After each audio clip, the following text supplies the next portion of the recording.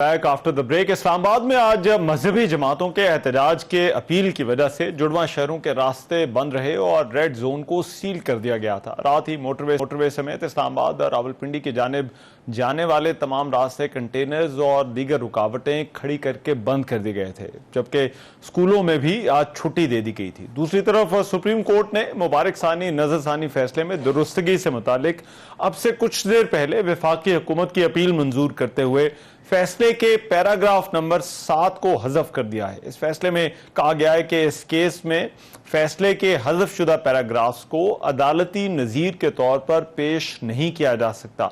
Supreme court ने नजरसानी फैसले के पैराग्राफ 7, 42 और 49 को भी 49C जो है उसको भी हज़फ किया है। अदालत में उलमा की जानिब से तीनों पैराग्राफ्स को हज़फ करने की सदा की गई थी। आज दौरान समाअत मौलाना फजलुर रहमान ने भी अदालत में राय दी और कहा कि सुप्रीम कोर्ट सिर्फ खुद को जमानत तक महदूद रखे।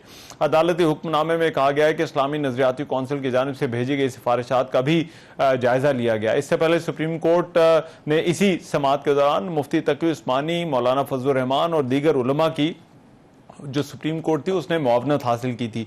चीफ जस्टिस ने उलमा से गलतियों की निशानदेही की दरख्वास्त की थी और आज केस की समाअत के दौरान चीफ जस्टिस काजी फायजीसा के तकी उस्मानी साहब से भी जो है वो मुकालमा हुआ। बहरहाल ये समाअत कैसी रही, इस फैसले के जो मंदरजात हैं उस पर बात करने के लिए हमारे senior court reporter Jahanzeb Abbasi साहब इस वक्त स्टूडियो में मौजूद हैं, उनसे इस हवाले से बात करते हैं। जहांज़ेब, मुझे सबसे पहले बताइएगा, ये वफाकी हुकूमत की अपील जो है उस पर आज अदालत ने जो है वो फैसला सुनाया। अब से कुछ देर पहले तो इस फैसले में मजीद क्या कहा गया है सुप्रीम कोर्ट की तरफ से? सुप्रीम कोर्ट की जानिब से इस फैसले में एक तो ये कहा गया है कि कुछ निशानदेही की गई थी और उलमा की जानिब से इस मामले पे ये कहा गया था कि इस तरह की कुछ ऑब्जर्वेशंस दी गई हैं इस फैसले में जो दुरुस्तगी जिनके ऊपर होनी चाहिए, और इस पे सुप्रीम कोर्ट ने उन पैराग्राफ्स को हज़फ किया है और साथ ये भी कहा है कि जो हमारे ये हज़फ शुदा पैराग्राफ्स हैं इनको अदालती नज़ीर के तौर के ऊपर पेश नहीं किया जा सकता। ट्रायल कोर्ट अपना जो ट्रायल है वो हमारी इन ऑब्जर्वेशंस, जो इस हवाले से 2 फैसले आए हैं, मरकजी केस का फैसला और उसके बाद जो पहला फैसला था, फिर उसके बाद और एक रिव्यू आया, उससे मुतासिर हुए बगैर ट्रायल कोर्ट जो है अपनी प्रोसीडिंग को जारी रखे और डिटेल रीजनिंग जो है इसकी वो बाद में जारी की जाएगी।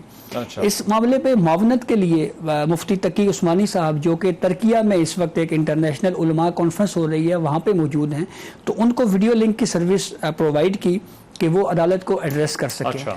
मुफ्ती तकी उस्मानी साहब ने वीडियो लिंक के जरिए जो कोर्ट को एड्रेस किया उसमें उन्होंने एक तो ये कहा कि सुप्रीम कोर्ट को इस मामले में बहुत ज़्यादा पेचीदगियों में जाने के बजाय सुप्रीम कोर्ट सिर्फ इस मामले की हद तक रहती कि जमानत का केस ये बनता है या नहीं बनता। और फिर उसके बाद तकी उस्मानी साहब ने सुप्रीम कोर्ट को ये भी बताया कि इस केस में जो ऑब्जर्वेशंस दी गई हैं कादियानियों की जो तबलीग के हवाले से है वो मामला, और फिर उसके अलावा कुछ और पैराग्राफ जैसे पैरा 7 है, पैरा 42 है, 49C है, तो उन्होंने ये रिक्वेस्ट की कि आप इन पैराग्राफ्स को हज़फ कर दें। अच्छा। फिर उसके बाद मौलाना फजलुर रहमान साहब की बारी आई। मौलाना फजलुर रहमान ने भी न सिर्फ मुफ्ती तकी उस्मानी साहब की इस राय से इत्तेफाक किया बल्कि उन्होंने ये भी कहा कि सुप्रीम कोर्ट जो है वो सिर्फ बेल की हद तक ही इस मामले को देखे।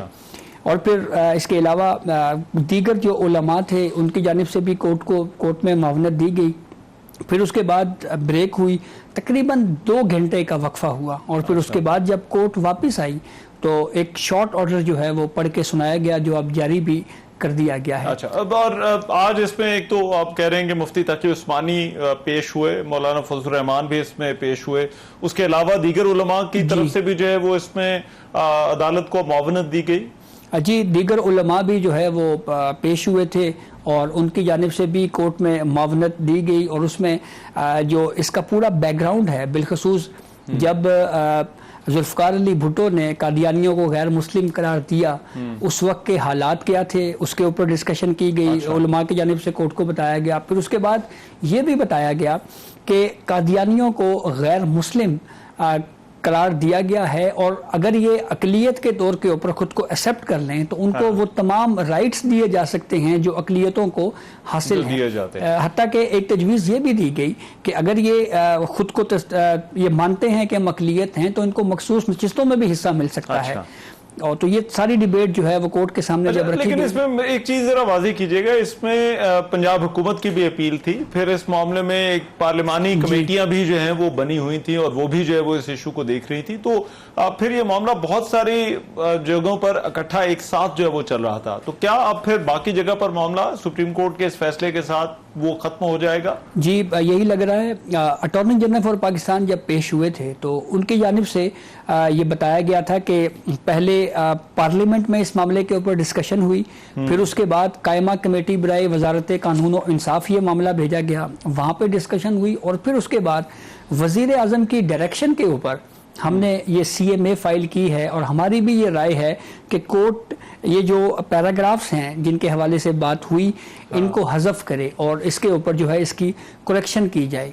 अच्छा। तो इस पे चीफ जस्टिस काजी फायज ईसा ने भी ये कहा, उन्होंने कहा कि हमें पार्लियामेंट का एहतराम है और पार्लियामेंट की जानिब से क्योंकि ये एक फैसला होके हमारे सामने आया है तो हम इस मामले को जो है वो ज़रूर सुनेंगे, और फिर यूँ डिटेल से सुना गया और फिर उसके बाद फैसला जो है वो अब शॉर्ट ऑर्डर जारी किया गया है। डिटेल रीजनिंग में मजीद जो है वो इसमें हमें चीजें देखने को मिलेंगी। तो आप ये कह रहे हैं डिटेल रीजनिंग अभी आनी है, लेकिन इस मामले में इस्लामी नजरियाती कौंसिल की तरफ से भी सिफारिशात जो है वो दी गई थी। इस्लामी नजरियाती कौंसिल की जानिब से भी एक डिटेल सिफारिशात जो है वो सुप्रीम कोर्ट को भिजवाई गई थी, और उसमें भी जो सुप्रीम कोर्ट का मुबारक नजरसानी केस फैसला है उसमें जो सुकम या इस्लामी नजरियाती कौंसिल जब ये समझा उन्होंने कि यहाँ पे दुरुस्तगी की ज़रूरत है, तो वो तमाम पैराग्राफ उन्होंने तौर के ऊपर लिख कर सुप्रीम कोर्ट ऑफ पाकिस्तान के सामने रखे, और उनका भी कोर्ट ने जायजा लिया और उसको भी अप्रिशिएट किया, और यूँ फिर जब ये समाअत कंक्लूड हुई तो फिर आज इसका ऑर्डर जारी हुआ है। और जो है वो मजहबी जमातों ने एहतजाज की भी जो है वो कॉल दी हुई थी, उस हवाले से बताइएगा, वो भी डी चौक में जो है वो इस दौरान मौजूद रहा। देखें, एहतजाज के हवाले से तो गुज़िश्ता रात को ही ये खबर आ गई थी, मजहबी जमातों की जानिब से ये स्टेटमेंट्स आना शुरू हो गई थी। आपको याद होगा कि इससे चंद दिन पहले भी प्रोटेस्ट जो है वो रेड जोन में दाखिल होने की जी कोशिश भी हुई, तो उसके बाद फिर दोबारा ये ऐलान किया गया था कि हम सड़कों के ऊपर आएंगे। इसी मामले के ऊपर जो मरकजी शाराएं थी उनको बंद किया गया, आम जो मुलाजिम पेशा अफराद हैं उनको भी मुश्किलात का सामना करना पड़ा, और फिर जगह जगह पे कंटेनर्स रखे हुए थे। मैं जबकि सुप्रीम कोर्ट आज सुबह जब आ रहा था तो सुबह सवेरे ही डी चौक में जो है वो मजहबी जमातों के कारकुनान मौजूद थे। वो मौजूद तो वो एक तरह से पहले से वो प्लान करके आए हुए थे कि इस केस के तनाजुर में जो है वो हमने सड़कों के ऊपर होना है। ठीक। और एक चीज इसमें गैर मामूली थी, वो मौलाना फजलुर रहमान का आज पेश होना था, तो मौलाना फजलुर रहमान की जो मुआवनत के हवाले से वो भी सुप्रीम कोर्ट ने जो है वो नोटिस किया था उनको मुआवनत के लिए, और क्या उनकी बात हुई चीफ जस्टिस के साथ? न सिर्फ उनको नोटिस किया गया बल्कि chief justice of Pakistan Qazi Faez ईसा साहब ने तो ये भी कहा कि मौलाना साहब आपने जाना नहीं है। अच्छा। आपने कोर्ट के अंदर मौजूद रहना है। और एक बड़ा इंटरेस्टिंग मुकालमा chief justice of Pakistan Qazi Faez Isa और मौलाना फजलुर रहमान के दरमियान उस वक्त हुआ जब मौलाना फजलुर रहमान ने कहा कि ये आप सेकंड रिव्यू या दूसरी नजरसानी सुन रहे हैं। अच्छा, कॉन्स्टिट्यूशन में सेकंड रिव्यू का कोई कॉन्सेप्ट नहीं है, तो इस पे चीफ जस्टिस काजी फायज ईसा ने कहा कि हम सेकंड रिव्यू नहीं सुन रहे बल्कि ये फेडरल गवर्नमेंट की एक CMA है, मुतफर्रिक दरखास्त है जिसको हम सुन रहे हैं। तो इस पे फौरी जवाब दिया मौलाना फजलुर रहमान साहब ने, और उन्होंने कहा कि फिर ये हो सकता है दूसरी सालसी हो। अच्छा। तो ये भी उन्होंने कमेंट किया। और फिर एक मौका के ऊपर जब बहुत ज़्यादा उलमा या वकला रोस्टम पे आए, उन्होंने बोलने की कोशिश की, तो इस पर chief justice of Pakistan Qazi Faez ईसा ने मौलाना फजलुर रहमान से कहा कि आप बड़े हैं, आप इनको समझाएं कि ये बैठ जाएं। अच्छा। तो उस पर भी मौलाना फजलुर रहमान साहब ने मुस्कुराते हुए कहा कि ये सुप्रीम कोर्ट है और ये आपकी अदालत है और यहाँ आपका हुक्म चलता है।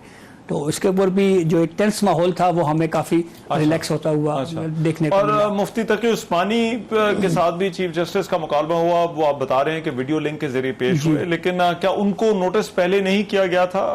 उनको बाद में बुलाया गया? नहीं, उनको भी पहले ये इतला दे दी गई थी कि आपने इस मामले के ऊपर जो है वो कोर्ट की मावनत करनी है। फिर उन्होंने बाकायदा बताया कि मैं पाकिस्तान में नहीं हूं, मैं तुर्किया में हूं। तो फिर सुप्रीम कोर्ट के अमले की जानिब से उनको कहा गया कि हम आपके लिए वीडियो लिंक की सहूलत आपको देंगे। तो फिर वो पूरा वीडियो लिंक का इंतजाम किया गया और फिर इसलिए उन्होंने कोर्ट को एड्रेस किया। तो कोर्ट की जानिब से इस CMA के ऊपर जो है वो जितने भी उलमा थे उनको बाकायदा पहले नोटिस किया गया था। अच्छा। कि ये इस तारीख को 22 अगस्त को समाअत होनी है और आप उलमा ने जो है वो आके हमें इस मामले के ऊपर मावनत करनी है और निशानदेही करनी है कि हमने कहाँ पे आप समझते हैं कि हमारे ऑर्डर में कहाँ पे दुरुस्तगी की जरूरत है। तो उसी नोटिस की वजह से ही ये उलमा जो है वो कोर्ट में मौजूद थे।